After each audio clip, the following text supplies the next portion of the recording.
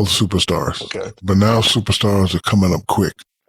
So if you were a comedian today, would you go the route that you went, or would you go the internet route to become famous? And then the second part of that question is, do real comedians respect internet comedians? First and foremost, you would probably come the internet way, because that was the same equivalent to me being on Def Comedy Jams. Young urban black comedians didn't have an opportunity to be on network TV yet. Def Comedy Jam was a big touch point for us, right?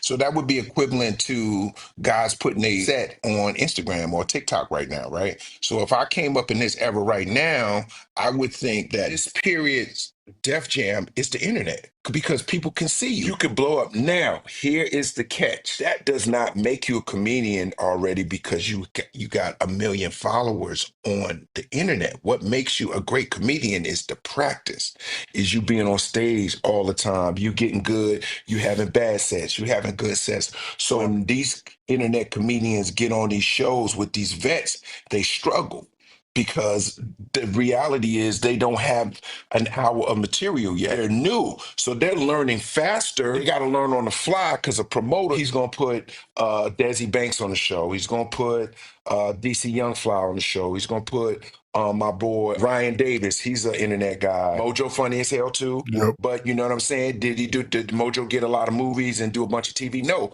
But his social program is fire, right?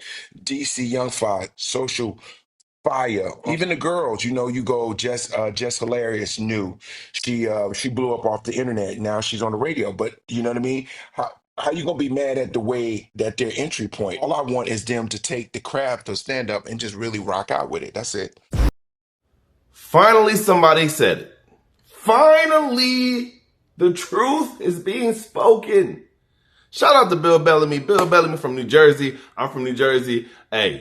Hey, that's what happens when you're from Jersey. You just honest. You tell the truth.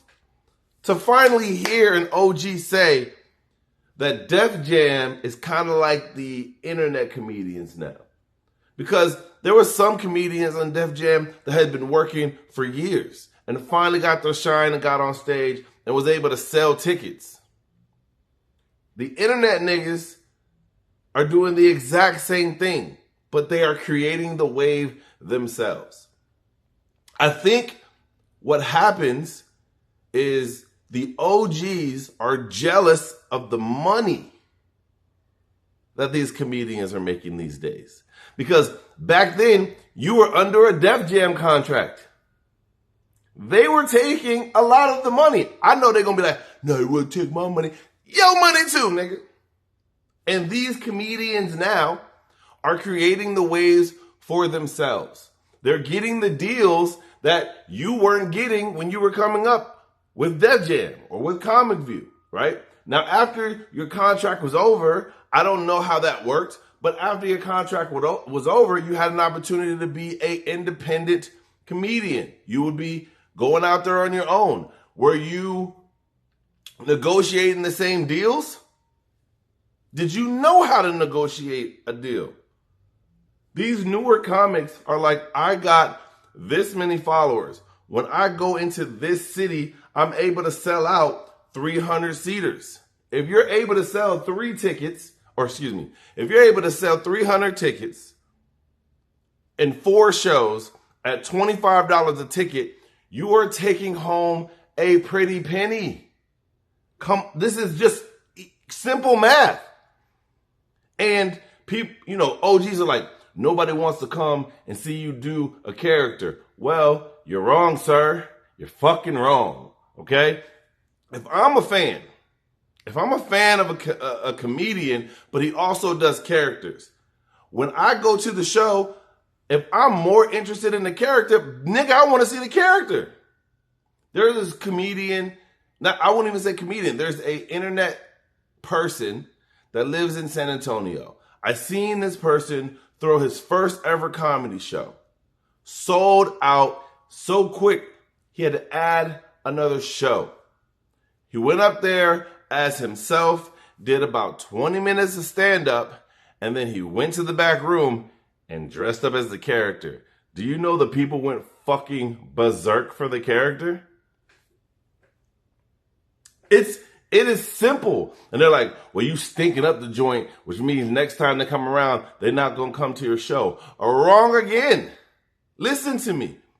If I'm a fan of you and you do what I expect you to do, as in come out as that character, and I love that character, the next time you come into town, guess what?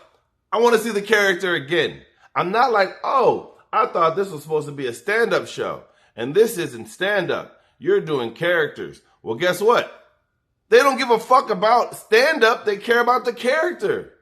Why do you think that maybe comedy fans, like hardcore, I want to go set up, punchline, thank you and good night. Those people, maybe. But those people are not going to those shows.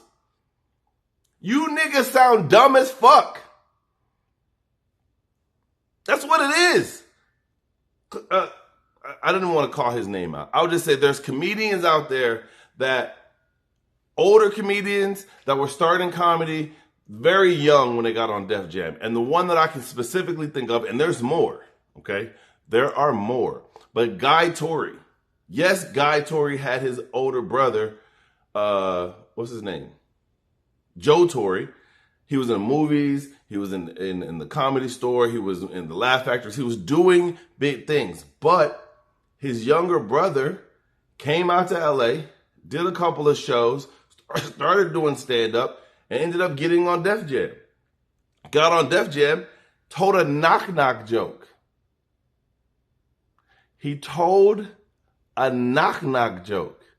Did well on fucking Def Jam, ended up working his way up to do TV, movies, and then eventually start Fat Tuesdays. So can someone that just starts out, that has a following, that is on the internet, turn into a really dope comedian? Yes, DC Young Fly. Everybody's not going to win. Back in Def Jam days, everybody wasn't super popular. Hamburger. Shucka-ducka quack quack. Maybe in that era, that's what they like, because when I listened to those two comedians talk, they said back in that day you had to have a catchphrase. And that's what they were doing. They specifically did that because that was what was needed in that era.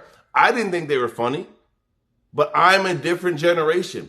I could imagine that the people that came before Def Jam were looking down at Def Jam comics like, oh, you didn't have to go through the shit that we had to go through. You didn't have to go to the back of the casino in order to come in to do do stand up.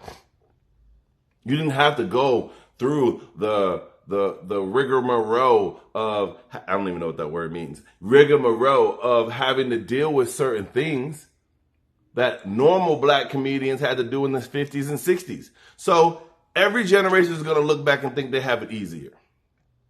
It's just what it is. So get over it, figure it out, get on the internet, do your business well, and I wish you the best of luck, because every single day, your fans, Def Jam fans, are dying.